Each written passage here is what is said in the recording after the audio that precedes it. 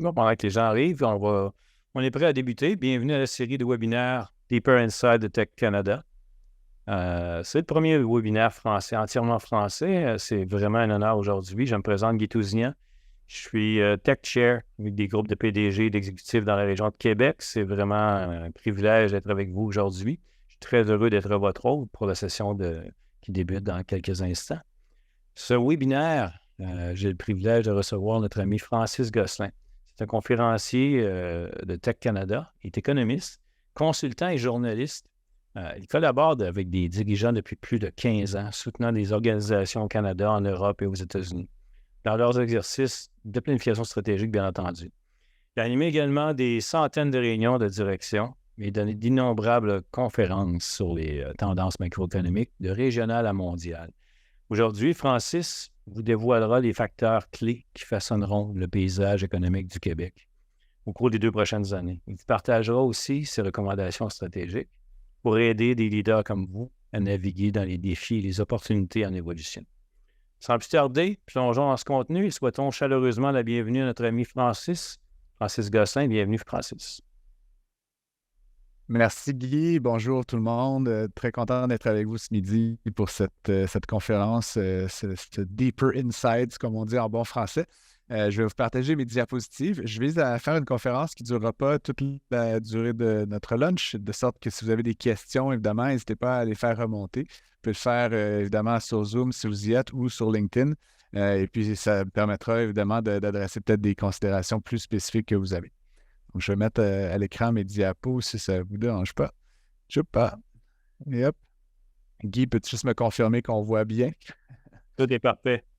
Parfait, excellent. Donc, perspective économique 2023-2025, j'ai appelé ça le Québec à la croisée des chemins. Pourquoi? Parce qu'on vit évidemment, comme c'est arrivé à plusieurs moments dans l'histoire économique du Québec et du Canada, un moment charnière, j'aurais envie de dire, et c'est un peu dans le contexte d'une présentation sur justement les intuitions plus profondes qu'on peut avoir à Deeper Insights, bien justement, comment un peu faire sens de ce qui nous arrive du point de vue macroéconomique, mais comme le dit Guy également, j'ai la chance de travailler avec beaucoup d'entreprises et d'organismes privés et publics au Québec et au Canada.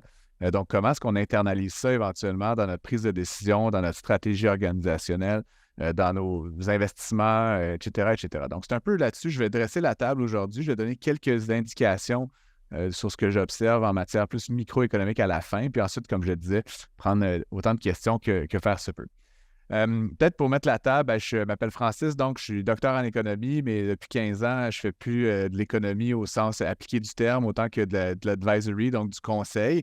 J'ai évidemment ma casquette d'économiste là, dans les médias, mais donc j'accompagne à décortiquer un peu les tendances économiques. Puis ce qui est intéressant d'être né en 1982, c'est que j'ai l'impression que je suis aussi le produit, comme peut-être certains d'entre vous, de cette espèce de nouvelle révolution industrielle qui a commencé dans les années 80 avec l'arrivée sur le marché de ces machines là, que vous voyez à l'écran et qui éventuellement a évolué vers de plus en plus de technologies numériques notamment. Puis je vais finir un peu la conférence aujourd'hui avec des implications là, sur l'intelligence artificielle notamment qui vient un peu changer encore une fois la donne par rapport aux entreprises et aux travailleurs du Québec et du monde.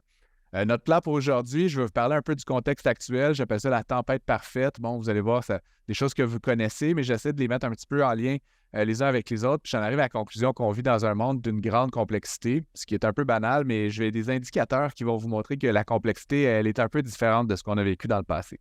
Ensuite, faire un zoom vraiment sur le volet humain, donc le marché de l'emploi, vous le savez, un marché tendu actuellement, donc parler un peu de ça, parler des caractéristiques de ce marché-là qui est assez particulier. Ensuite, regardez quelques données. Vous devinez que je suis régulièrement interpellé ces derniers mois, hier en particulier, sur des questions comme l'inflation, le taux directeur, l'indice des prêts à la consommation, etc. Donc, c'est quelque chose que je connais très bien puis sur lequel j'aime toujours un peu donner un éclairage nouveau. Et ensuite, parler de stratégie, parler de tactique, de volet, comme je vous disais, un peu plus micro, un peu plus stratégique pour les entrepreneurs et les dirigeants qui nous écoutent aujourd'hui. Donc, la tempête parfaite, qu'est-ce que c'est? Bien, évidemment, sans grande surprise pour moi, là, il y a comme un avant et un après 13 mars 2020. Vous l'avez vécu comme moi. On met le Québec en pause 30 jours. Puis là, évidemment, c'est pas 30 jours, c'est 60, c'est 90 et ça finit par être comme 2 ans, 2 ans et demi de pause on and off partout au Québec et au Canada et dans d'autres pays du monde, soit dit en passant. Et c'est pas d'anodin, là, je vais y revenir là-dessus, mais donc plusieurs pays de manière non synchronisée, non coordonnée, soit tantôt ouvert, tantôt fermé. Ça a évidemment ajouté énormément de complexité dans le système de coordination macroéconomique, de logistique, puis c'est un peu les contre-coups qu'on vit là, actuellement. Qu'est-ce que ça fait qu'on mette ce fameux Québec ou ce Canada ou ce monde en pause? Bien, plusieurs choses. Forcément, on a parlé du tourisme, de l'hôtellerie, de la restauration, qui sont des secteurs particulièrement touchés par tout ça. Mais plus particulièrement, je pense que nous, comme consommateurs, comme individus, il y a eu comme un choc. Hein. Puis je pense qu'on n'a pas fini de faire l'espèce de thérapie collective de ce que ce choc a représenté. C'était la première fois d'une génération qu'on vivait un moment, à la limite, de trauma collectif comme cette pandémie, de peur collective, évidemment. Et qu'est-ce que ça fait? Bien, soudainement, on change nos comportements et nos préférences comme consommateurs. Il y a plusieurs indicateurs qui nous montrent ça. Un qui est un peu rigolo, vous avez certainement vu ceci dans les médias, sur les images, dans les médias sociaux, mais une panique fondamentale sur des biens que moi, au quotidien, là, depuis 40 ans que je suis en vie, je ne me suis jamais posé la question, est-ce qu'il va y avoir du papier de toilette à la maison? Là? C'est pas un truc sur lequel c'est pas une source d'inquiétude, jamais dans mon existence, mais soudainement, cette espèce d'élément fondamental de nos patterns de consommation devient une source d'angoisse et d'inquiétude, un sentiment de possible manque, puis ce n'est qu'un indicateur, évidemment. On est confiné à la maison, on ne sait pas quoi faire, on s'ennuie, il y a tout ce volet ennui collectif, et qu'est-ce que ça engendre comme comportement? Bien, on refait des rénovations, on refait le patio, on construit une piscine. Donc, qu'est-ce que ça fait? Une demande soudainement explosive sur le bois d'œuvre, par exemple, dont les prix triplent en quelques mois, et avant, évidemment, de redescendre. Ce ne sont que deux exemples évidemment, il y en a des tonnes qu'on pourrait citer, qui ont fait en sorte que cette demande, combinée avec la non-synchronisation de différents pays et même de différentes provinces par rapport à l'ouverture et la fermeture des économies, a créé une espèce de cauchemar logistique incroyable. Évidemment, vous le savez, le port de Montréal a été victime de ça. Ça a engendré même des grèves. Il y a eu toutes sortes de problèmes. Les conteneurs n'étaient jamais au bon endroit. Ils étaient évidemment les bateaux qui attendaient au mouillage. Donc, toutes sortes d'enjeux logistiques. Et un cas particulier, évidemment, qui a été affecté par tout ça, bien, c'est les microprocesseurs, évidemment. Un, parce que la demande, elle, est continuellement croissante. Aujourd'hui, vous pouvez acheter des baskets avec des microprocesseurs dedans. Donc, il y a des microprocesseurs partout. Mais en plus, il y a une capacité de production qui était relativement limitée. Puis la Chine, étant très drastique sur ses mesures anti-COVID, a vraiment ralenti ça. Taïwan de la même façon. Et donc, il y avait une demande strictement croissante, une offre qui était vacillante. Et donc, ça a créé toutes sortes de pénuries qui s'est déclinée dans d'autres domaines, comme le domaine de l'automobile, le domaine des cartes graphiques, etc., qui ont à leur tour eu un impact sur d'autres domaines de l'économie. Et qu'est-ce que ça fait? Là, c'est des grands principes, mais qu'est-ce que ça fait pour un entrepreneur, pour une entreprise, pour un acteur de cette économie? J'aime bien donner l'exemple de Peloton, que vous connaissez peut-être. C'est une entreprise qui fabrique des vélos stationnaires haut de gamme, qui se vendent autour de 3 000 à 4 000 $. Bien, il y a une demande pour ça, mais elle n'est pas, limite, c'est marginal. Il y a des gens qui ont des vélos stationnaires, mais là, soudainement, confinement, ennui, crainte de mourir, préoccupation grandissante pour la santé, bien, qu'est-ce qu'on fait? On se garroche sur des vélos stationnaires et en l'occurrence, toutes marques confondues, Peloton, qui est perçu comme étant des meilleurs acteurs dans ce domaine-là, est un peu victime de son succès. Et donc, ce qu'il faut se représenter, là, puis peut-être certains d'entre vous l'ont vécu, mais c'est que soudainement, la demande pour votre bien est multipliée par 3. Donc, qu'est-ce que ça veut dire? Ça veut dire qu'il faut fabriquer 3 fois plus. Il faut 3 fois plus de pièces en inventaire, donc 3 fois plus de commandes, donc 3 fois plus de liquidités. À moins d'avoir une grande idée innovante, il faut probablement 3 fois plus de personnel, 3 fois plus de superficie. Il faut construire peut-être une autre usine ou en acheter ou en louer. Donc, il y a quelque chose d'absolument fou et tout ça se passe sur une période de quelques mois. Donc, je ne sais pas si vous avez, certains d'entre vous, déjà construit une usine, planifié une expansion dans le domaine industriel. Ça ne se fait généralement pas à un trimestre. Et donc, c'est cette pression-là qui est folle. Et après, ce qu'on constate, bien évidemment, c'est que la pression est folle, ça augmente, mais à un moment donné, les gens reviennent, la pandémie se termine, et qu'est-ce qui se passe? Bien évidemment, la demande rechute, et même elle rechute à un niveau qui est inférieur à ce qu'elle était avant la pandémie. Et donc, soudainement, surcapacité, trop d'employés, trop de superficie, trop de stock, trop d'inventaire. Et donc, pour un entrepreneur, là, je ne connais pas nominativement les patrons de Peloton, mais vous imaginez, encore une fois, le cauchemar. Évidemment que ça peut représenter de devoir gérer avec votre banquier, avec vos fournisseurs, avec vos clients, avec vos transporteurs, une situation comme celle-là. Et ce n'est qu'un exemple, encore une fois, de ce qui s'est passé. À l'inverse, je connais beaucoup de gens dans l'hôtellerie et la restauration, c'était l'inverse. C'était zéro, ça remontait, c'était zéro, ça remontait. Donc, les courbes étaient excessivement volatiles. Et vous vous rappellerez, parce que ça commence à faire quelque temps de ça, qu'on avait un personnage, singulier personnage au Québec, notre bon ami Ignacio, qui nous disait en fait qu'il fallait aplatir la courbe de la COVID. Mais ce qui est étonnant pour moi dans tout ça, c'est qu'en aplatissant la courbe de la COVID, on a désaplati, c'est-à-dire qu'on a créé énormément de volatilité dans toutes les autres sphères de la société, de la psychologie individuelle jusqu'à la macroéconomie, avec tout ce qu'il y a entre les deux. Donc, énormément de volatilité au nom d'un aplatissement qu'on a finalement assez bien réussi collectivement au Québec et au Canada. Et puis, comme si tout ça n'était pas suffisant, ben, la pandémie arrivait à son terme. Vous vous rappelez, début 2022, bon, ça commençait à être presque peut-être la fin. Et là, soudainement, notre ami Vladimir Poutine se prend de passion pour le pays voisin et donc décide d'envahir l'Ukraine. Les impacts n'ont pas été directs au Canada, mais il y a plein d'impacts indirects qui se sont fait ressentir sur nous. Évidemment, le prix du pétrole a beaucoup fluctué. Au départ, il a explosé. Ensuite, il s'est un peu calmé.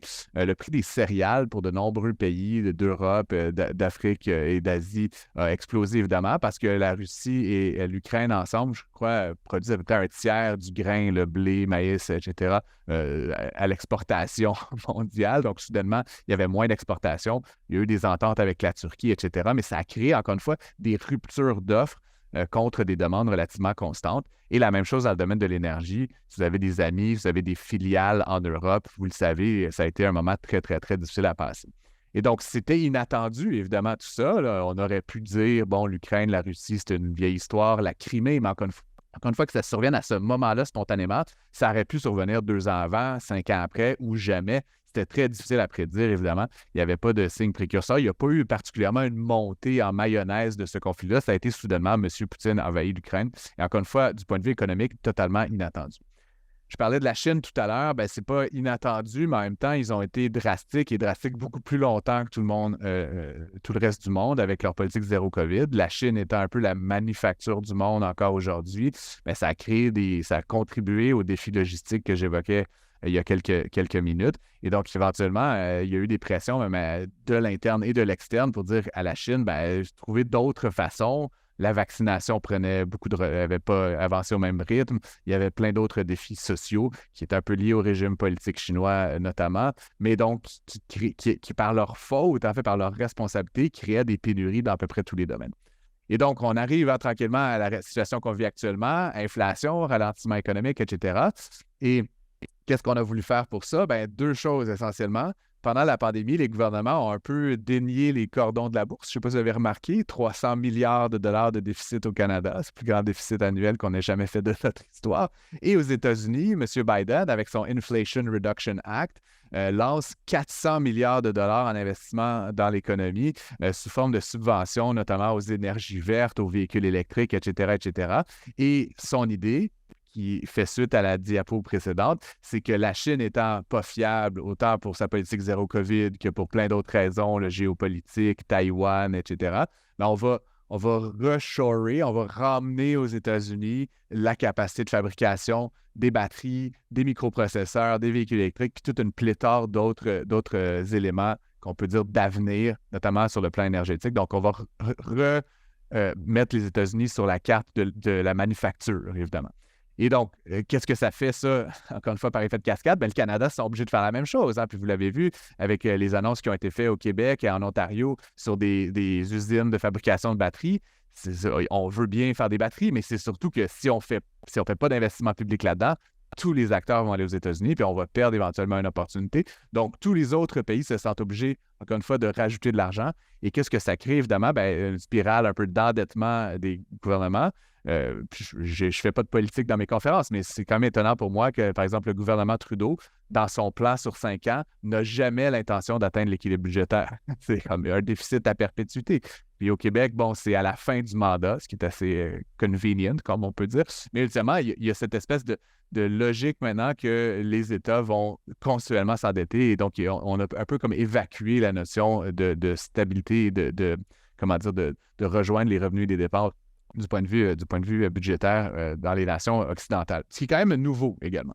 Et donc, en résumé de toute cette première partie, si vous voulez, j'ai la conviction qu'on vit dans un monde qui est plus que jamais on pourrait dire VICA. Hein. Puis j'aime bien cet acronyme, ce qui définit 4 principes économiques. Puis je ne vais pas m'éterniser là-dessus, mais on vit un monde où il y a plus de volatilité. Puis je vais en reparler un peu plus tard. Plus de volatilité, ça veut dire plus comment dire, de haut et de bas sur les prix, sur les quantités, sur les préférences, sur les demandes, etc. Donc, plus de volatilité, plus d'incertitude.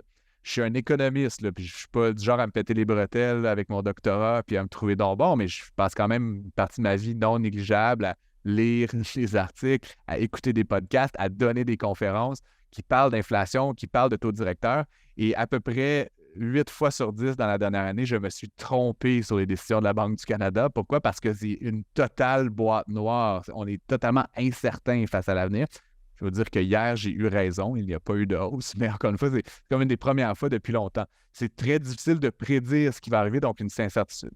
Ensuite, il y a plus de complexité. Pourquoi? Parce que les produits qu'on consomme quotidiennement, parce que les chaînes logistiques, parce que l'interdépendance entre des secteurs d'activité, entre des pays est plus grande, sous l'impulsion, évidemment, du commerce international, sous l'impulsion des chaînes de logistique qui étaient faciles à coordonner.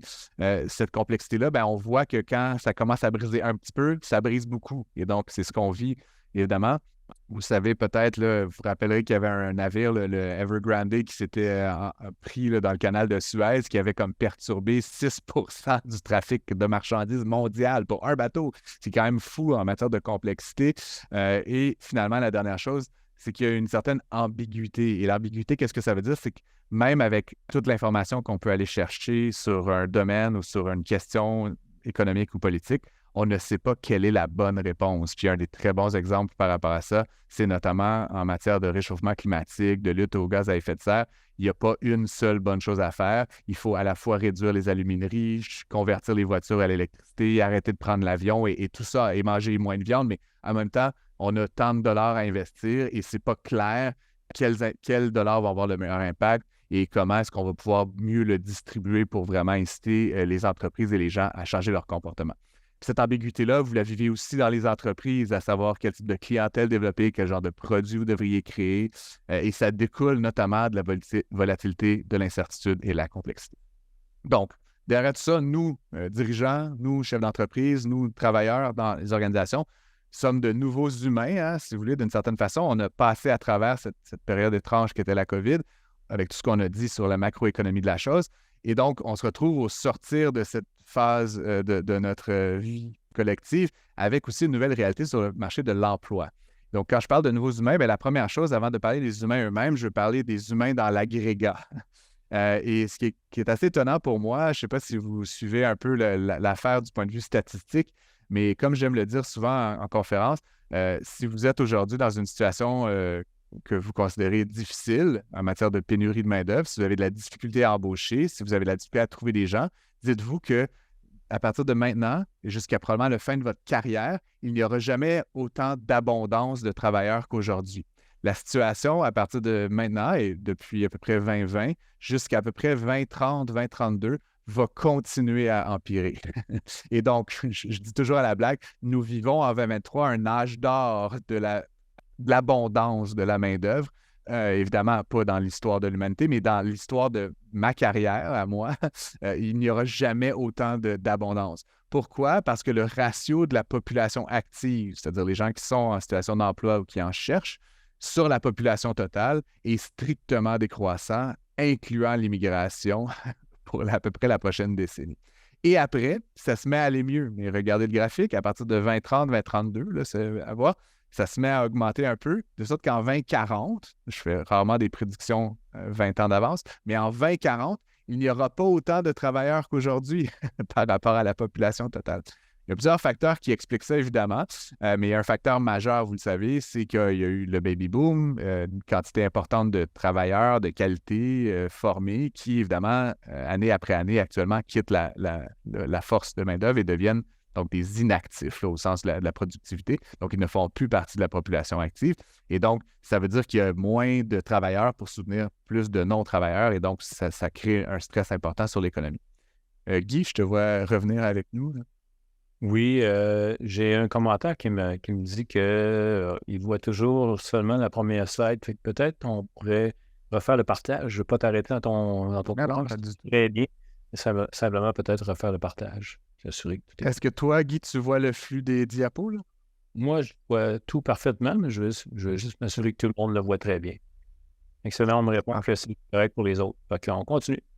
OK, parfait. Donc, je termine sur ce graphique-là. Donc, encore une fois, un petit enjeu donc qui va être, je pense, qui va marquer notre génération. Et donc, la conviction que j'ai comme stratège, comme aviseur de dirigeant, c'est que la posture qu'il faut adopter actuellement, ce n'est pas de se plaindre. Vous avez un problème qui va durer 20 ans. Il faut évidemment et de manière expresse se mettre à la recherche de solutions sociale, évidemment, mais pour votre organisation, il faut trouver des manières de faire pour vous. Et donc, chaque organisation a ses particularités, mais il va falloir régler ça pour chacun et chacune parce que ça ne va pas aller mieux, là, la question de la main-d'œuvre. Par ailleurs, là, je disais, il y a deux facteurs. Donc, le premier, c'est quantitatif, le nombre de gens là, dans la totalité de la population qui travaille. Le deuxième, c'est qu'on travaille moins d'heures. Hein. Puis là, je disais, il y a quelques années, on m'interpellait, Francis, fais-nous donc une conférence sur les générations. Vous savez, c'était bien à la mode de parler des milléniaux. Là, maintenant, les milléniaux, c'est genre 50 de la force de travail, mais à l'époque, ils arrivaient. Puis j'utilisais cette diapo-là, ça faisait beaucoup réagir, beaucoup rire, évidemment, les gens. Ce qui est intéressant pour moi, c'est qu'aujourd'hui, ils sont arrivés. Là, puis ils sont arrivés comment? Bien, il y a un mélange de choses là-dedans. Évidemment, la pénurie de main-d'œuvre aidant, le travailleur aujourd'hui a un beaucoup plus gros pouvoir de négociation. Donc, s'il veut venir avec des shorts et des baskets puis un chapeau, bien, c'est anecdotique, mais s'il veut travailler 4 jours par semaine, s'il veut faire du télétravail, s'il veut, il ou elle, là, évidemment, plein de choses, bien évidemment, il y a un pouvoir, un transfert du rapport de pouvoir qui s'est effectué davantage vers les générations. Et les jeunes en sont évidemment les principaux bénéficiaires, j'aurais envie de dire, de cette inversion du rapport de force. Pourquoi? Parce que les travailleurs les plus âgés, dont à la limite je fais partie, ont été habitués. Il y a comme une forme de routinisation du rapport au travail, d'obéissance à la hiérarchie, je demande des emplois, etc. Donc, ayant passé 10, 15, 20 années de leur carrière dans ce régime-là, ils ont un peu plus de pouvoir, mais les jeunes, qu'on pourrait dire les milléniaux et les plus jeunes encore, là, donc les jeunes trentenaires et les vingtenaires aujourd'hui, entrent dans un marché où il n'y a pratiquement pas d'exigence, peu d'exigences de subordination, où les employeurs doivent venir les chercher parce qu'ils sont constamment sollicités. Et donc, ça engendre évidemment toutes sortes de phénomènes. Et à titre d'exemple, là, sur le point de vue vraiment économique, depuis les années 80, dont le Canada, le Québec travaillaient à peu près, le Canada en moyenne et le Québec en son sein, travaillaient en moyenne à peu près le même nombre d'heures par année, un petit peu plus de 1900 heures par année. Ce qui est très intéressant, c'est qu'à partir de ce moment-là, le milieu des années 80, le nombre d'heures travaillées diminue dans toutes les provinces. Mais par exemple, en Ontario, avec lesquels on aime se comparer, diminue d'environ 75 à 100 heures en moyenne par année. Là. Fait qu'on regarde vraiment des grands nombres. Au Québec, il diminue de 150 à 160 heures. Donc, on a diminué beaucoup plus le nombre d'heures travaillées par année. Et donc, il y a carrément un enjeu de nombre d'heures. Et donc, qui contribue à la pénurie de main-d'œuvre parce que non seulement il n'y a plus suffisamment de bodies pour remplir tous les postes à pourvoir, mais pour chaque 17 employés, il en faut un de plus pour faire la même quantité de travail que quelqu'un qui travaillera en Ontario. Et évidemment, champion toute catégorie, l'Alberta n'a pratiquement pas évolué depuis les années 80. Je ne dis pas que c'est une bonne ou une mauvaise chose, mais évidemment, en termes de pression de la pénurie de main-d'œuvre sur les employeurs et sur les organisations, vous pouvez comprendre que l'arithmétique est assez simple. Là. Je veux dire, ils ont plus d'heures travaillées par travailleur par année sur l'ensemble de la population, donc il faut moins de monde éventuellement. Et donc, c'est évidemment un enjeu. Et donc, je vous parlais de complexité et donc maintenant de main-d'œuvre. Pour moi, un exemple qui incarne bien ça, c'est cet article que j'ai trouvé là, et dont j'ai traduit le titre du Capital Daily, qui est un journal dans l'ouest du pays au Canada, et qui dit « Les développeurs du Grand Victoria sont incapables de trouver des travailleurs pour bâtir de nouvelles maisons, car ils ne peuvent trouver de maisons pour les travailleurs. » Je ne sais pas si je devrais rire ou pleurer, mais c'est des situations possiblement que vous vivez dans vos organisations qui sont en apparence un peu insolubles. Et donc, c'est là où il faut faire preuve d'imagination, de créativité, d'inventivité, qu'il faut peut-être trouver des solutions communes avec des compétiteurs, des organisations parallèles, des fournisseurs, l'État, évidemment. Et il y a un des vecteurs, possiblement, qui peut favoriser, peut-être pas dans la construction résidentielle, mais Mais tout ça, c'est évidemment l'intelligence artificielle ou du moins l'automatisation. On va dire ça comme on va commencer simple avec ça. Et pendant longtemps, vous savez peut-être que beaucoup d'économistes pensaient que l'automatisation, ça pouvait représenter éventuellement un danger pour la main-d'œuvre. Mais là, actuellement, on vit une pénurie de main-d'œuvre, donc danger, il faut prendre ça avec des pincettes. Et si on regarde dans la durée, évidemment, ben, le fait est que le danger que représente l'automatisation pour la main-d'œuvre, il n'est pas tellement entre les travailleurs col bleu et les travailleurs col blanc. Il n'est pas tellement entre les travailleurs manuels et les travailleurs de la connaissance. Il est vraiment entre la nature de la tâche, la nature du travail. Et donc, ce qui est très intéressant pour moi d'un graphique comme celui-là, bon, qui date d'il y a quelques années, mais c'est vraiment d'observer la tendance, c'est qu'avec l'automatisation, qu'est-ce qu'on observe? C'est que le travail routinier, qu'il soit manuel ou cognitif, a vécu depuis 40 ans une quasi-stagnation en proportion de l'emploi total, alors que le travail non routinier, innovation, création, service à la personne, interaction, génération de nouvelles connaissances, etc., lui, qu'il soit manuel ou cognitif, a connu une croissance assez importante sur cette période-là. Et donc, je crois fermement qu'il y a une possibilité de combiner, évidemment, ces technologies d'automatisation, de générativité avec des travailleurs et éventuellement, entre vous et moi, la partie routinière de notre travail, c'est généralement pas la partie qu'on aime le plus. Et donc, c'est-à-dire d'éliminer des tâches à plus faible valeur ajoutée, des tâches qui aliènent, des tâches qui repoussent des candidats, qui ne participent pas à la rétention et à l'attractivité, puis les remplacer par des tâches à valeur ajoutée, des tâches non routinières. Et c'est là où je pense qu'il y a véritablement une opportunité. J'ai eu la chance récemment de donner une conférence à un groupe comme vous, mais constitué entièrement de physiothérapeutes.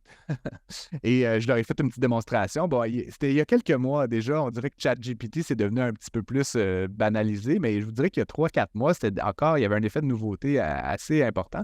Et je leur disais, j'ai véritablement mal au coude, là, tennis elbow, comme on appelle ça. Et donc, je suis allé sur ChatGPT et j'ai fait mes devoirs. J'ai demandé à la machine quelles étaient les causes possibles. On m'a donné des causes possibles. Des causes possibles, on m'a éventuellement emmené à des traitements. J'ai demandé quels étaient les traitements. On m'a emmené à des traitements. J'ai choisi certains traitements et on m'a donné une liste de trucs. Puis, je n'ai pas mis tout le reste, mais on m'a même éventuellement renvoyé vers des références scientifiques. J'ai pu trouver des vidéos YouTube. J'ai pu m'auto-diagnostiquer et m'auto-soigner. Après, je ne vous dis pas de faire la même chose, mais mon point, c'est que dans le contexte qui est celui de la physiothérapie, où vous pouvez imaginer qui est un service à la personne, typiquement non routinier, etc., il y a même là une opportunité d'ajouter une strate pour peut-être automatiser, accélérer le diagnostic, le traitement, la génération d'une liste, la génération d'un programme, etc., qu'il faut faire vérifier par un physiothérapeute de grâce. Mais encore une fois, il y a plein d'opportunités d'intégrer ça. Et ce qui est pour moi étonnant dans tout ça, c'est que ChatGPT, au moins dans sa version publique, là, avec laquelle on peut travailler, vous et moi, ça date de novembre dernier. Ça ne fait pas un an que c'est dans l'espace public. Donc, imaginez ça projeté dans 1 an, dans 2 ans, dans 5 ans, dans 10 ans. Je crois qu'il y a comme un impératif aujourd'hui pour les entreprises, les entrepreneurs, les dirigeants, d'au moins essayer des choses, de constater les lieux d'erreur, de constater l'imperfection, mais au moins de commencer à embarquer dans la machine parce que, comme je le disais, dans les 20 prochaines années, main-d'œuvre, il n'y aura pas sur le marché canadien-québécois. Et puis le dernier point dont je voulais parler là-dedans, je l'ai évoqué un peu plus tôt, c'est qu'évidemment, au Québec, il y a un enjeu hautement politique et hautement politisé qui est celui de l'immigration. Je n'ai pas d'avis politique sur la chose, mais évidemment, comme économiste, je ne peux pas m'empêcher de croire qu'il y a une opportunité là d'augmenter significativement la quantité de nouveaux travailleurs qui viennent au pays parce qu'on vit cette pénurie de main-d'œuvre, parce qu'elle est endémique, parce qu'elle est projetée pour durer deux décennies. Et donc, il va falloir qu'on trouve des façons collectives d'intégration, de rendre productif, etc., mais pour augmenter donc le nombre d'immigrants qui arrivent. Je pense que ça risque d'être une trame assez constante pour la prochaine décennie en termes de débat politique et éventuellement de débat économique. Et il y a cette étude fascinante qui a été faite par l'Institut du Québec, qui est un organisme non apolitique, et qui montre en fait que si on passait de 50 000 à 100 000 le seuil d'immigration annuel moyen sur une période longue, donc jusqu'à 2040, on pourrait avoir des gains annuels de l'ordre de 2 % du PIB, ce qui est comme beaucoup de milliards de dollars. Et donc, je crois qu'encore une fois, je me demande des fois, est-ce qu'on a les moyens, quelque part, de ne pas faire plus d'immigration? Mais encore une fois, je laisse aux politiciens la responsabilité de faire la politique. Je vous dis simplement que du point de vue économique, il y a une opportunité là. Et évidemment, avec tout ce que ça implique comme difficultés d'intégration, de formation, d'équivalence des diplômes. Il y a vraiment quelque chose d'économique à faire en la matière pour rendre les nouveaux arrivants le plus productifs le plus vite possible dans l'économie québécoise. Jusqu'ici, tout va bien. Guy, mes slides défilent toujours à bon rythme. Tout est parfait. Les questions vont entrer sûrement au fur et à mesure. Excellent. On les prendra. Là. J'ai passé la moitié, là, donc on arrive vers la fin de mon allocution. Donc, je voulais vous parler maintenant de ce qui est de ce que j'appelle les nouvelles données. Les nouvelles données, comme économiste, c'est sûr qu'on veut toujours avoir autant que possible des chiffres, des statistiques, des pourcentages, des indicateurs pour un peu guider notre réflexion puis guider les avis qu'on formule pour différents clients. C'est étonnant pour moi parce qu'il n'y a jamais eu autant de données qu'aujourd'hui. Puis j'ai juste mis une diapo avec plein de données qui ne veulent rien dire. Et pourtant, étonnamment, il y a peu d'organisations qui se dotent de véritables équipes capables d'aller fouiller en continu les données pertinentes à leur marché. Il y a peu d'organisations qui ont, par exemple, un économiste en résidence. Là, vous avez pensé que je prêche pour ma propre paroisse, mais mon point, c'est qu'il y a vraiment une opportunité incroyable d'aller chercher plein de données pertinentes pour éclairer la prise de décision et peu d'entreprises, peu d'organisations s'en saisissent. Et c'est des données souvent là, gratuites, facilement accessibles. Il faut juste savoir où chercher puis un peu comment faire. Mais il n'y a jamais eu autant d'abondance qu'aujourd'hui de cette capacité à aller chercher des chiffres et des statistiques qui sont pertinentes. Un exemple de ça que j'aime citer évidemment souvent, c'est, je vous parlais de volatilité. Donc, évidemment, on dit souvent, c'est plus volatile, etc., mais est-ce que c'est vraiment plus volatile? Et donc, c'est un data qui date de 2015, mais ce qu'on observe, c'est que dans la durée, en fait, il y a effectivement de plus en plus de volatilité sur les marchés et c'est exprimé en pourcentage. Donc, c'est pas juste que les chiffres sont plus ou moins grands, mais en pourcentage des valorisations. On vit des périodes successives de plus grande volatilité depuis à peu près les années 40. Là. Donc, ce n'est pas juste une impression que vous avez que c'est plus complexe et que les choses changent. C'est avéré dans les données de Bloomberg. Il y a un auteur que j'aime beaucoup qui parle justement de cette notion-là de monde qui change. Il y a tout un paquet d'expressions un peu valises là, dans cet univers-là. Mais je trouve que Douglas Rushkoff il a un peu mis le doigt sur quelque chose d'intéressant. Il dit « On aime penser que la seule constante, c'est le changement, mais on a tort. Le changement change lui aussi. » Je trouve ça quasiment poétique. Fait que je voulais vous partager un peu cette situation-là. Pourquoi? Parce que c'est comme un effet de second ordre. C'est pas si le changement était constant, à la limite, on pourrait l'anticiper puis dire hey, je vais me mettre en avant de la parade, mais on ne sait même pas tout à fait dans quelle direction les choses vont aller. Donc, le changement change de nature également.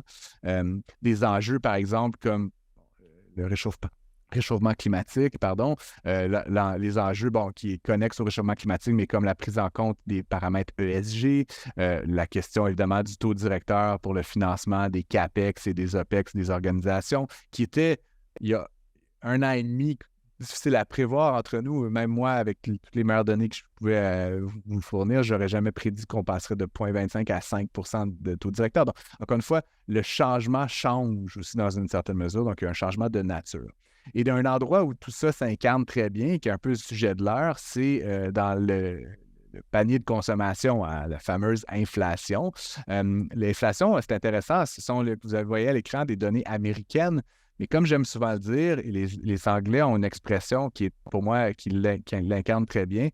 Quand on annonce le chiffre qui est actuellement à 3,3 %, en anglais, on appelle ça le headline inflation. Headline, c'est ce qu'on met à la couverture du journal. Et essentiellement, c'est un très mauvais indicateur. Pourquoi? Parce que ça dépend de votre pattern de consommation. Il y a plein de consommateurs qui vivent plus que 3,3 % et d'autres qui vivent beaucoup moins. Donc, vous comprenez évidemment que c'est une moyenne. Mais en plus de ça, on n'est pas non plus comme ça prisonnier. Là. Il y a des choix qui peuvent se faire par rapport à nos schémas de consommation, puis donc d'aller évidemment atténuer ces impacts-là. C'est certain que quand c'est le logement puis l'épicerie, c'est plus difficile de trouver des substituts, là, vivre sous un pont, faire une diète. Mais dans plein d'autres catégories de biens, puis comme le montre cette image-là, pour les États-Unis toujours, il y a des catégories de biens qui ont beaucoup, beaucoup augmenté et d'autres qui ont beaucoup, beaucoup baissé au cours des 2 dernières décennies.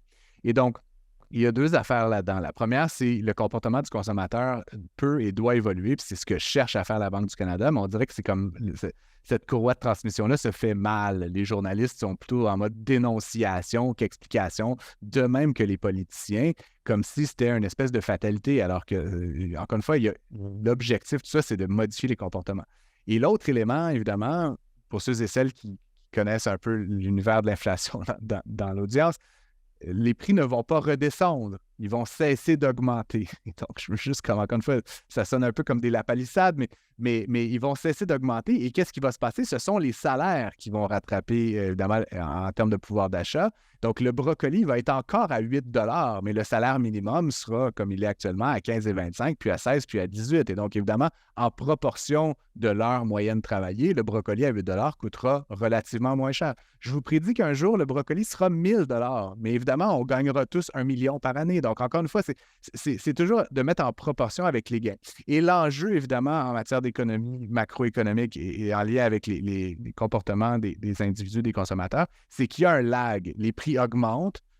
Mars 2022, 8 et là, on fait des actions, taux directeur, on essaie autant que possible de limiter la dépense gouvernementale, on change nos comportements, les taux hypothécaires augmentent et le comportement, lui, change dans la durée. Et donc, éventuellement, le salaire augmente dans la durée. Et il y a cet effet de rattrapage, mais qui se fait sur 1 an et demi, 2 ans, 2 ans et demi. Et donc, il y a comme une période où on se sent évidemment un peu squeezé. Et je pense qu'avoir des meilleures données sur ce qui est en train de se passer, c'est une manière de mieux anticiper quelle sera la suite, autant du point de vue macroéconomique, autant du point de vue microéconomique.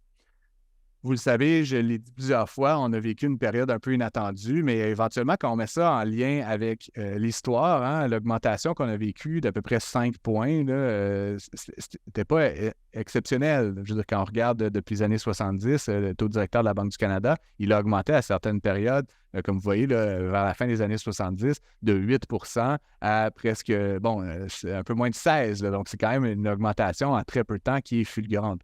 Ce qui est particulier, évidemment, c'est la proportion de croissance. Passer de 8 à 16, c'est un doublement du taux directeur, donc éventuellement un doublement du taux qui s'applique à votre prêt hypothécaire, à votre marge de crédit, etc. Quand on passe de 0,25 à 5, c'est un autre game. C'est fois 20. Donc, évidemment, ça se traduit de différentes façons pour différents types de consommateurs et d'emprunteurs, mais le traumatisme il est très grand. Pourquoi? Parce qu'on partait de zéro. Donc, le facteur de multiplication est évidemment beaucoup plus grand.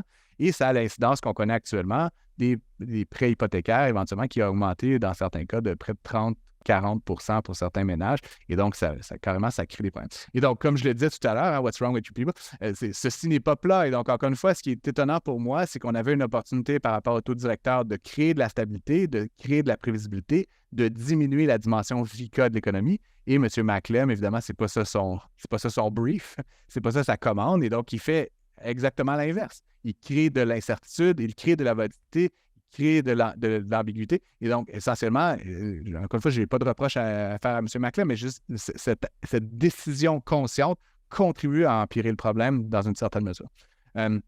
Si bien que, comme je le disais, des gens comme moi, quand même moyennement érudits, qui lisent beaucoup sur le sujet, a prédit, je ne me rappelle plus la date, en avril dernier, que les taux allaient rebaisser avant la fin 2023. Ben là, ils ont augmenté 2 fois depuis. Je ne pense pas qu'ils vont rebaisser de sitôt. Donc, encore une fois, même les gens qui connaissent ça et qui s'y penchent beaucoup ont beaucoup tort dans une situation comme celle-ci où on est incapable vraiment de prédire de manière efficace. Et puis, évidemment, vous vous retrouvez entrepreneur, dirigeant, employé, citoyen, un peu face à cette espèce d'hydre à plusieurs têtes qui semble nous attaquer, nous asséner. Et je voulais terminer mon allocution d'aujourd'hui en vous partageant quelques observations sur les tactiques, sur les stratégies, sur ce que j'observe un peu avec quelques clients avec lesquels j'ai la chance de travailler. Puis c'est pas du tout scientifique, c'est comme un peu des intuitions peut-être pour vous faire réfléchir puis pour générer des questions et des commentaires dans la dernière partie. J'ai appelé ça nouvelle tactique, nouvelle stratégie. J'ai pris un petit échantillon d'entreprises le fun, québécoises, un peu techno, un peu avant-gardistes, que j'aime bien. Pas toutes des clientes, encore une fois, juste des entreprises que je connais. Et j'ai comme essayé de voir qu'est-ce qui fédérait ces organisations-là dans notre économie québécoise, des entreprises que je me dis qui portent un petit peu la promesse de l'avenir de l'économie québécoise. Mais je pense qu'il y a 3 choses qui ressortent de ça, puis vous me corrigerez si vous y travaillez, mais la première, c'est que la plupart de ces organisations-là adoptent une perspective de long terme. C'est-à-dire qu'elles ne sont pas à essayer de maximiser les gains dans le trimestre actuel, elles sont en train de bâtir quelque chose à moyen long terme. Donc, ça serait de construire, ils s'en vont vers une direction. Ça s'incarne souvent dans la mission, ça s'incarne souvent dans la façon dont ils expriment ce qu'ils essaient de faire. Ça s'incarne par la personnalité et même la manière d'être des dirigeants. Donc, il y a plusieurs éléments qui sont je ne sais pas pour vous, mais moi, j'ai fait mes études dans les années fin des années 90, début 2000. On me parlait donc de la dictature du trimestre, etc. Ce qui n'est pas faux. On veut encore des états financiers tous les 3 mois, mais on dirait que ça a comme pris une autre twist qu'aujourd'hui. On est capable d'ancrer ça plus dans un objectif qui est de moyen long terme. Et plusieurs exemples, Taiga en est un très bon, Lion Électrique en a un autre, Tesla à l'échelle évidemment mondiale en est un autre. Bâtir des grandes organisations innovantes, industrielles, ça coûte énormément d'argent. C'est très risqué, mais si vous y arrivez, puis Tesla, c'est comme ils sont l'autre bord de la vallée de la mort, c'est extraordinairement payant. Mais il faut survivre jusque-là. Puis encore une fois, je me rappelle combien de gens disaient que Tesla était mort, puis il perdait 700 millions de dollars par trimestre, etc. Et aujourd'hui, c'est une entreprise les plus valorisées au monde. Et donc, beaucoup des organisations que vous voyez ici sont peut-être en apparence dans des périodes de difficulté, mais parce qu'ils sont en train de bâtir quelque chose qui va avoir sa pertinence dans 2, dans 3, dans 5 ans. Et il faut se rendre là. Il faut donc à quelque part les appuyer. Je n'ai pas un avis là, sur les moyens qu'il faut prendre individuellement, mais il faut les appuyer, puis il faut donc accepter que cette perspective de long terme-là, elle est légitime, puis elle est même bonne, je crois, du point de vue économique. Ensuite, je l'ai évoqué un peu à l'instant, mais la quasi-totalité de ces organisations-là, en plus, réalisent un travail qui a de l'impact. Elles ne font pas juste tourner la machine à saucisses, elles ne font pas juste passer un processus standardisé day in, day out. Elles fabriquent quelque chose qui a vraiment un impact sur la société. Ça va de Cookit qui veut alléger la charge mentale des parents à Digital Dimension qui veut inventer des histoires pour les jeunes contemporains, etc. À G-Soft qui veut rendre le marché du travail plus agréable, etc. À Lion et Taiga qui sont dans l'électrification des transports. Donc, etc. Il y a comme toujours quelque chose qui a de l'impact. Puis là-dessus, j'ai même une réflexion de deuxième ordre. Avoir de l'impact, bien évidemment, c'est bon pour la société, c'est garant peut-être d'une valeur à long terme, mais en plus, par rapport aux enjeux de main-d'œuvre qu'on évoquait tout à l'heure, c'est attractif puis ça permet la rétention. Si vous êtes en train de construire quelque chose qui est plus grand que vous, peut-être que vous allez penser à 2 fois avant de quitter pour aller faire tourner la machine à saucisses chez le voisin. Et donc, il y a même une possibilité d'exploiter ça pour vraiment s'assurer d'attirer et de préserver les meilleurs employés dans les organisations. Et finalement, la dernière chose, qui est un peu un petit pet peeve personnel, mais tu sais, autant je suis fier d'être québécois, de la langue française, etc. Je suis quelqu'un qui a énormément voyagé. J'ai fait mes études en France, j'ai été en Asie, aux États-Unis beaucoup. Ce que je trouve cool avec ces organisations-là, c'est qu'elles sont ancrées dans un lieu. Elles sont québécoises, elles sont d'ici, elles ont leur siège social, mais elles ne se limitent pas à être ici. Elles ont une fierté locale, mais une ambition internationale, une ambition globale. Et je trouve que c'est comme un peu le message. Puis je trouve de plus en plus, on parle du Québec, mais dans d'autres géographies, des organisations qui sont fières d'être là, mais aussi capables et volontaires d'aller ailleurs. Et donc ça, je trouve qu'il y a quelque chose d'intéressant dans cette économie VICA, dans cette économie du 21e siècle qui est intéressant à prendre en compte. Je voulais dire un petit mot sur, évidemment, le télétravail, puisque bon, on est vraiment dans la microéconomie ici, mais j'ai un bon gang d'amis là, qui ont écrit un très bon bouquin l'année dernière, Réussir son télétravail. Là, il y a Nicolas Duvernois, il y a Dr Nicolas Chevrier, etc., qui ont participé à ça. 6 choses à faire, évidemment, qui le cernent. Puis donc, vous avez des psychologues, vous avez des chefs d'entreprise, vous avez toutes sortes d'experts qui ont contribué à cet ouvrage-là. Réorganiser les équipes. C'est un peu comme quand on est passé de la presse papier à la presse numérique, puis qu'on avait des gens qui faisaient juste comme essentiellement utiliser le même format dans l'iPad. Bien, c'est pas comme ça que ça fonctionne. Vous avez un nouvel objet, il faut changer aussi la manière que c'est fait. Donc, si on passe du travail en présentiel au télétravail ou au travail hybride, il faut réorganiser la façon que c'est fait. Vous ne pouvez pas juste copier-coller la structure, les processus, etc. Du point de vue des gestionnaires, évidemment, il y a toute une pléthore de pratiques à développer, à adopter. Je suis surpris chez beaucoup de mes clients à quel point on soutient peu les dirigeants qui doivent faire face à des nouveaux défis de gestion dans un monde hybride ou dans un monde de télétravail. Des enjeux comme la mobilisation, évidemment, la rétention et l'attraction, mais aussi la discipline, les conflits entre collègues, le registre de langue, etc., la rémunération de la performance. Il y a toutes sortes d'éléments qui sont relativement différents. Pas juste en degré, là, en nature dans un monde hybride. Et on accompagne, je trouve, trop peu les dirigeants. Donc, il y a quelque chose à faire là. Ensuite, ben, vous le faites peut-être déjà dans vos organisations, mais il reste généralement toujours un lieu. Certaines organisations ont 5 jours par semaine, hein. Si vous êtes dans le domaine manufacturier, il faut être à quelque part. Si vous êtes un chauffeur d'autobus, il faut être dans l'autobus. Mais donc, la question de l'ergonomie et de l'esthétique des espaces de travail prend un nouveau sens. Puis j'ai vu beaucoup d'organisations réduire leurs espaces, mais investir le dollar investi par pied carré. Pourquoi?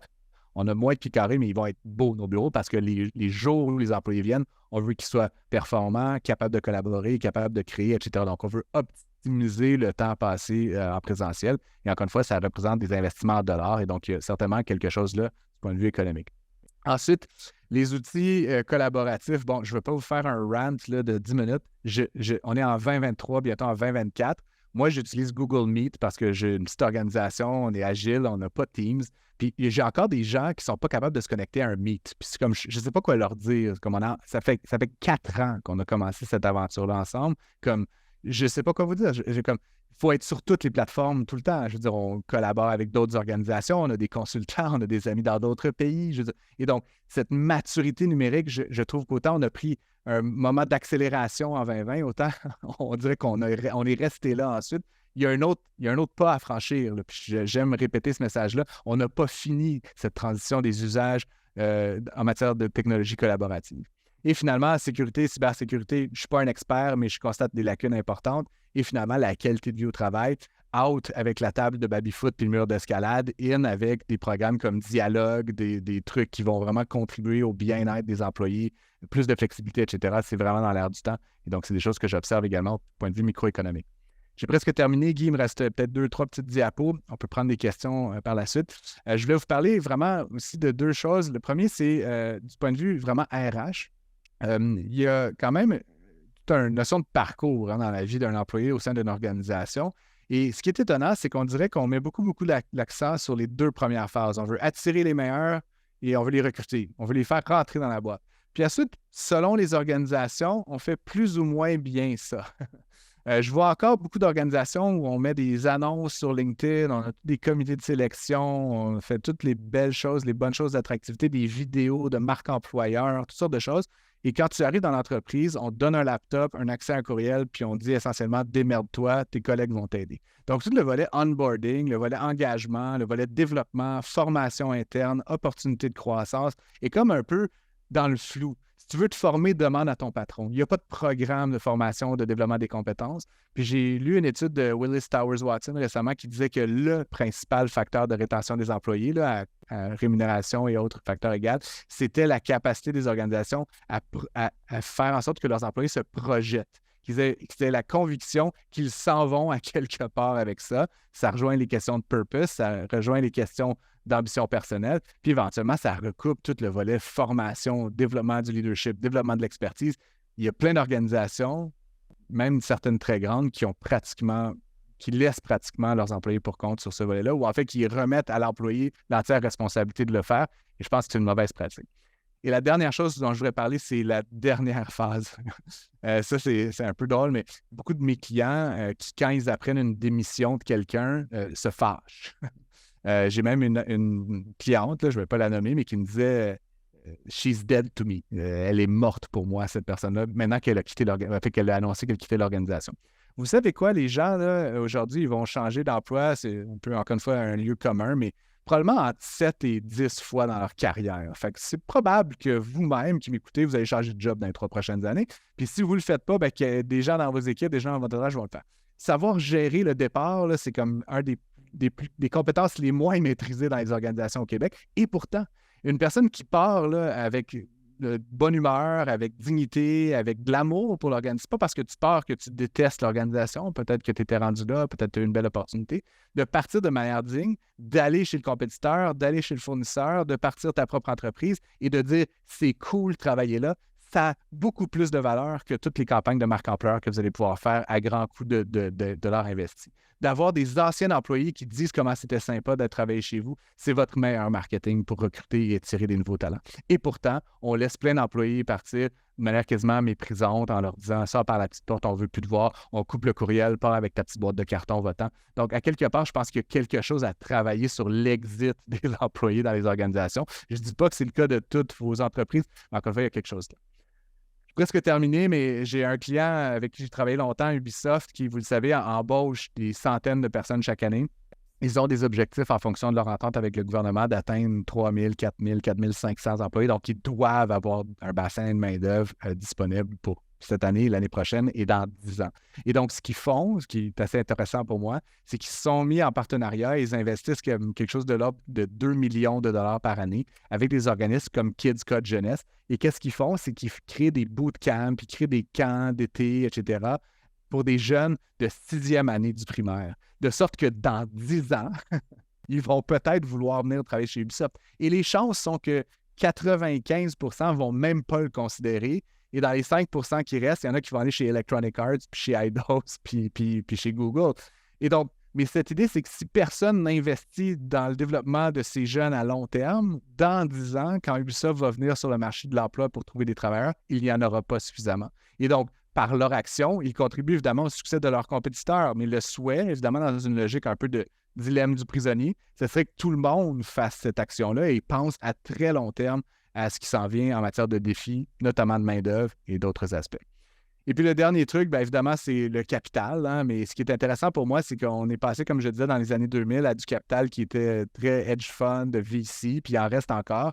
Plus en plus à du VC patient, à du fonds institutionnel. Ça s'est énormément développé. Je suis membre personnellement de Ange Québec, puisqu'on voit depuis plusieurs années dans le domaine du capital de risque, surtout du capital des anges, c'est que il y a une plus grande sophistication des moyens, puis cette sophistication-là, elle passe notamment par des nouveaux modes de financement qui prennent la forme souvent de dettes convertibles. Une dette convertible, c'est beaucoup moins stressant que du capital d'action pour un entrepreneur parce que c'est pas dilutif, parce qu'il y a une échéance, parce qu'on peut renouveler, etc. Donc, ça s'est sophistiqué énormément. Et donc, si vous êtes une entreprise qui cherche du financement, à la lumière de tout ce que je vous ai dit depuis tantôt, d'adopter une vision de long terme et de trouver des partenaires financiers de long terme, je pense que c'est une clé du succès.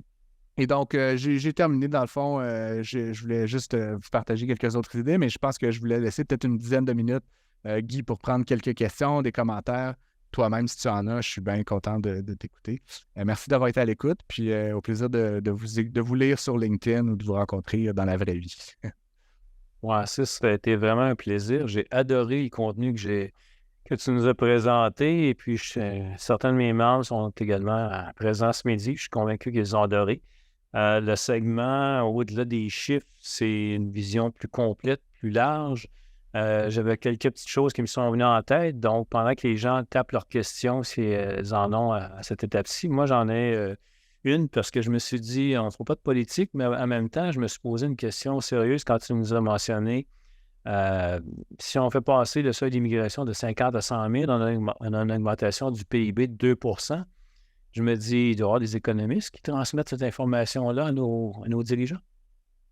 Oui, mais évidemment, je pense que l'économie pour nos dirigeants, c'est un levier de politique. Là. Les gens aiment ça, avoir plus de richesse, puis on veut que l'économie du Québec, du Canada soit croissante. Mais en même temps, comme je le disais, c'est ce que j'appelle la dimension politique, c'est la dimension plutôt socio-affective, là, sur laquelle moi, comme économiste, je peux difficilement me prononcer. Moi, je suis plutôt, comme tu le vois, Guy, favorable à plus d'immigration, mais il y a tous des enjeux d'identité, de langue, d'intégration qui sont plus ou moins problématiques. Et ma solution, peut-être un peu naïve à tout ça, mais c'est que je crois que si on peut prouver, comme l'Institut du Québec l'a fait, que ça génère des milliards de plus de produits intérieurs bruts, on devrait utiliser une partie de ces milliards-là pour améliorer nos mécanismes d'accueil-intégration, de francisation, de logement, etc. Je veux dire, donc pour moi, c'est pas tellement un problème qu'une opportunité de faire mieux. Puis je pense qu'on fait pas si mal, mais il y a encore matière à faire plus. Puis si on doit doubler là, la quantité d'immigrants qui arrivent à chaque année, là, il va falloir prendre la marche là, éventuellement. Mais si ça peut se faire au cours d'une décennie, par exemple, je pense qu'on est en capacité de bâtir le dispositif d'accueil, le dispositif d'intégration, jusqu'à, tu sais, puis paradoxalement, pour regarder ce qui se passe en Ontario, là, je veux dire, des immigrants, ils arrivent puis ils se créent des entreprises. Tu sais, au Québec, c'est beaucoup plus difficile. Les chiffres montrent que les immigrants, ils arrivent, ils travaillent au salaire minimum, ils sont chauffeurs de taxi. Tu sais, on a malheureusement moins cette capacité-là à passer de j'arrive d'un autre pays à je m'incorpore et je crée de l'emploi et de la valeur. Tu sais, mais encore une fois, c'est peut-être c'est peut-être politique aussi, ou en tout cas culturel, là, éventuellement, comme différence. Merci de la réponse. J'ai des questions qui rentrent une après l'autre présentement. Je vais y aller avec les leurs qui sont prédominantes sur les miennes. Je viens de perdre. J'ai juste cessé le partage de mon écran pour pouvoir vous voir mieux. Là. Bon, je viens juste retourner dans mon... dans les offres en service, avec l'automatisation et l'intelligence artificielle, la question, c'est, n'est-il pas dangereux que la valeur perçue du service descende avec le temps? Merci, Cindy. C'est une très bonne question. Merci, Cindy Bégin. Oui, c'est un risque. Je pense quand même que toute catégorie de métiers confondus, il va y avoir peut-être une valeur perçue moindre, mais la possibilité d'en faire davantage. Tu sais, à quelque part, il y a comme un nouvel équilibre qui va s'installer, qui va permettre de faire mieux, de faire plus. Ça va être au détriment de certaines tâches, certainement. Puis c'est là où j'écoutais Malcolm Gladwell, là, qui est un auteur américain que j'aime beaucoup, mais qui disait on a parlé souvent qu'on allait changer de job souvent dans nos vies, là, cette génération-ci, mais la simple idée de garder un même emploi pendant 30 ans est hautement risquée. Est-ce que c'est Gladwell qui disait ça? C'est prendre un très grand risque avec sa vie parce que inévitablement, peut-être que les consultants en management vont être remplacés, peut-être que je suis désolé Guy, mais les chairs de tech vont être remplacés. Et donc, de mettre tous ces, je blague un peu évidemment, mais de mettre tous ces œufs dans un seul panier, puis de dire "This is my life", puis de penser que pendant 30 ans, ça va être générateur de valeur, de revenus pour soi et pour la société, hein, parce qu'ultimement, le travail, ce que c'est aussi une façon pour la société de rémunérer la contribution à l'ensemble, ben c'est selon Gladwell, puis j'abonde dans ce sens-là, une erreur un peu. Et donc, de développer des compétences transversales, d'être capable de faire plusieurs choses, de garder plusieurs intérêts, d'être capable de faire du design graphique, de la stratégie, un petit peu d'illustration. Et donc, selon ce que l'IA apportera, de migrer vers les lieux où il y aura plus de valeur. Mais je réitère encore une fois qu'on vit une pénurie de main-d'œuvre extraordinaire qui limite la croissance actuellement. Donc, pour moi, si on peut trouver des façons d'atténuer cet impact-là par de la générativité, je vois juste du bénéfice social collectif, même si ça risque effectivement de se faire au détriment de quelques individus choisis. Mais encore une fois, ça sera à nous collectivement d'aider ces gens-là à se replacer, à se requalifier, à se former sur des nouvelles choses. Il y a dans le domaine des changements climatiques, tout un pan de littérature puis de recherche sur ce qu'on appelle la transition juste. Si demain matin, on dit on arrête ça, les sables bitumineux, vous allez faire quoi avec les millions de travailleurs dans cet univers-là? Il faut les transitionner vers quelque chose d'autre. Donc, il faut dès maintenant commencer à les former, leur donner des opportunités, leur donner du financement pour se partir des business, etc. Et c'est la même chose pour les designers graphiques puis les autres qui vont peut-être être un peu mis à mal par l'intelligence artificielle. Avec ce que tu viens de présenter, tu nous as donné un beau portrait du Québec. Versus le Canada, États-Unis, comment tu vois le futur pour le Québec à l'heure actuelle avec les données que tu as, avec ta vision d'économiste? Parce qu'il y a plusieurs personnes que je connais présentement dans mes membres qui vont rentrer en retraite stratégique, vraiment là, pour vraiment voir où est-ce qu'on s'enligne notre marché dans le futur. Donc, comment tu vois ça, toi, présentement? Quels sont les critères? Qu'est-ce qui devrait porter attention particulière? Plusieurs choses. C'est une vaste question, Guy, mais en quelques mots, la période, je pense, qui s'ouvre, là, puis ça, je ne l'ai peut-être pas dit explicitement, mais qui est un peu une nouvelle aussi, même dans l'histoire du capitalisme, c'est que pour une fois, à partir de 2020 à peu près, là, le capital est abondant. Puis c'est peut-être pas le cas de votre compte de banque personnel, là, mais si vous regardez à l'échelle mondiale, là, les BlackRock, puis les CDPQ, puis les gens qui sont assis sur des dizaines, puis des centaines de milliards, puis des trillions de dollars, ont beaucoup de capital, puis à la limite, ont de la difficulté à le déployer dans les usages productifs. Fait qu'ils ont comme trop d'argent. Ça sonne drôle un peu comme le dire.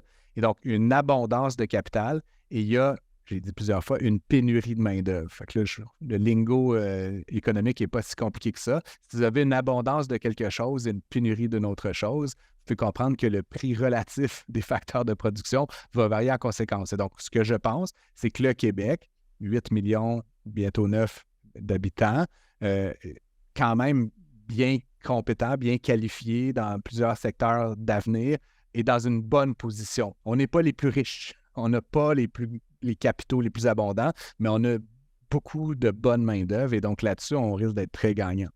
Deuxième chose, évidemment, il y a plusieurs secteurs. Puis moi, je suis assez, on n'en a pas parlé aujourd'hui, mais très enthousiaste sur la transition énergétique. On a une fabuleuse ressource qui s'appelle Hydro-Québec, qui me semble être sous-utilisée là, à l'échelle mondiale, mais bon, il y a plusieurs raisons à ça. Mais on a une ressource qui est incroyable, qui est peu chère, et donc qu'on doit valoriser davantage. Et par ailleurs, il y a des investissements, vous l'avez vu dans les médias, qui sont faits régulièrement dans des filières subséquentes de véhicules, de batteries, de nouveaux matériaux, etc. Personnellement, je suis assez optimiste quant à l'avenir du Québec. Puis, je parlais de l'Alberta à l'instant, ils ont un gros défi devant eux que nous n'avons pas. T'sais, nous, on a comme plutôt un océan bleu d'opportunités. Je ne dis pas que ça va être facile pour nous, là. Il faut prendre les bonnes décisions, mettre l'argent aux bons endroits, mais on n'a pas à démantibuler complètement le cœur de notre économie pour y arriver, comme nos cousins de l'Alberta. Et donc, ça risque d'être un des facteurs les plus importants du point de vue économique et politique au Canada dans les prochaines années. Puis, vous voyez, là, je parlais de Biden, Inflation Reduction Act, etc. Tu sais, les Américains sont un peu au milieu du gué. Ils ont, oui, beaucoup d'activités pétrolières, charbon, etc., mais ils ont aussi le meilleur de la production verte également. Donc, ils sont un peu au milieu du gué. Puis évidemment, eux, ils ont du capital, comme a pu savoir quoi en faire. Donc, ils sont dans une situation qui est assez intéressante, là, les États-Unis. Mais encore une fois, je reste très optimiste là, quant à la situation économique du Québec. On va vivre une période d'1 an ou 2 de relative stagnation économique, ce qui veut dire qu'il y a des secteurs qui ne vont pas bouger, d'autres qui vont un peu décroître et d'autres qui vont continuer à prendre leur envol, comme c'est assez normal dans du cas d'une moyenne comme celle-là. Excellent, gros merci François. Merci à tous pour votre présence. Si vous nous avez rejoints en cours de session et que vous souhaitez revoir la présentation, l'enregistrement de ce webinaire sera disponible sur techcanada.com. Je t'aurais gardé, Francis, encore beaucoup de minutes et on aurait débordé énormément parce que ça aurait été extrêmement intéressant. Mais il faut mettre une fin à tout et on est rendu, on dépasse l'heure présentement. Donc, à tous, un bon dîner. Merci à tous, puis au revoir. Merci, Francis. C'était un réel plaisir d'avoir. Merci, Guy. Bonne journée.